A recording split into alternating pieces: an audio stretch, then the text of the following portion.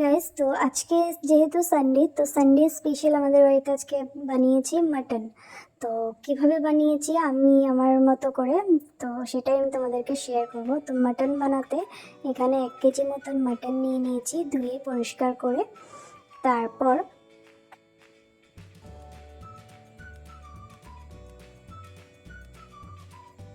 এখানে 2টো আলু নিয়েছি আমি, 2টো না 3টা আলু নিয়েছি। তারপর আদা রসুন কোচানো পেঁয়াজ আর টমেটো, কাঁচা লঙ্কা। তো এখানে সবগুলি পেঁয়াজ আমি পেস্ট করব না, একটুখানি পেঁয়াজ পেস্ট করব। পেঁয়াজ রসুন আদা কাঁচা লঙ্কা টমেটো এগুলিকে পেস্ট করব। আর বাকিটুক পেঁয়াজ আমি রেখে দেবো, সেটা পেস্ট করে দেবো না, এটা এমনিতেই দিয়ে দেবো। তো গাইস, পেস্ট করা মশলাগুলি আমি এখানে মাটনে অ্যাড করে দিলাম। তার সাথে গুঁড়ো মশলা, লঙ্কার গুঁড়ো, ধনে গুঁড়ো, জিরে গুঁড়ো, হলুদ গুঁড়ো। তারপর যেগুলি কুচানো পেঁয়াজ রেখেছিলাম সেগুলিও এখানে অ্যাড করে দিলাম। সর্ষের তেল লাগবে, সর্ষের তেল এখানে একটুখানি দিলাম, নুন দিলাম। তারপর এগুলিকে ভালো করে ম্যারিনেট করে নেবো, মানে মেখে নেব সুন্দর করে। আর যতটুক টাইম তোমরা ম্যারিনেটে দিতে পারবে ততটা তোমাদের মাটনের কালারও ভালো আসবে অ্যান্ড টেস্টও অনেক ভালো আসবে। তাই তোমরা সবসময় চেষ্টা করবে যে ম্যারিনেটটা যাতে অনেকক্ষণ ধরে করে রাখা যায়। তো গাইজ দেখো, আমার ম্যারিনেট করে রাখা মাটনের কালারটা ঠিক এভাবে এসেছে।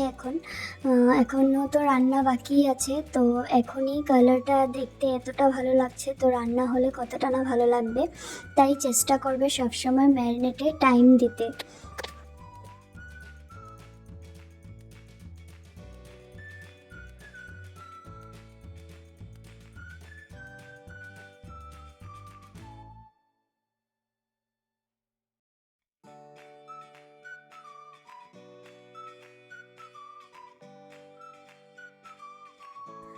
তো গাইস, এখন কড়াই বসিয়ে দিয়েছি। কড়াইয়ে তেল দিয়ে সেখানে একটু সামান্য চিনি অ্যাড করেছিলাম আমি, যাতে কালারটা সুন্দর আসে।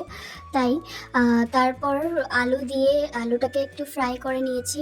তারপর সাথে এখানে অ্যাড করে দিয়েছি ম্যারিনেট করা মাটনগুলি।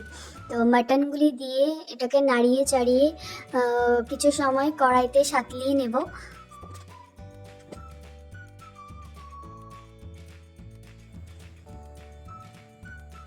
তো গাইস দেখো, আমার মাটনটা প্রায় মোটামুটি হয়ে গেছে।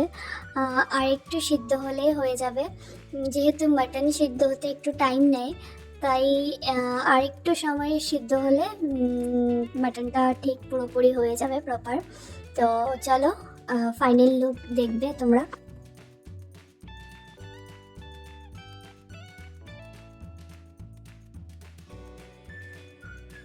তো গাইজ, আজকের আমার এই ভিডিওটা তোমাদের কেমন লেগেছে?